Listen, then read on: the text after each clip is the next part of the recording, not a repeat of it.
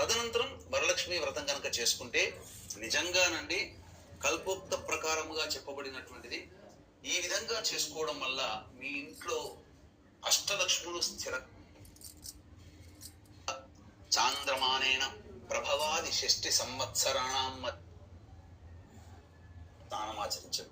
ఓం ఆపోహిష్టామయో భవస్థాన ఊర్జేతధాదన మహేరణాయ చక్షసే యోవశివతమోరసస్తస్య భాజయ దేహనః ఉషధీరివ మాతరః తస్మా అనంగమామవో యస్య క్షయాయ జన్మధ ఆపో జనయధాజనః భద్రం కర్ణేభిః శృణుయామ దేవాః భద్రం పశ్యేమాక్షభిర్యజత్రాః స్థిరైరంగైస్తుష్టువాగం సస్తనోభిః యశేమ దేవహితం యదాయుః స్వస్తి న ఇంద్రో వృద్ధశ్రవాః స్వస్తి నః పూషా విశ్వవేదాః స్వస్తి నస్తార్క్ష్యో అరిష్టనేమిః స్వస్తి నో బృహస్పతిర్దధాతు.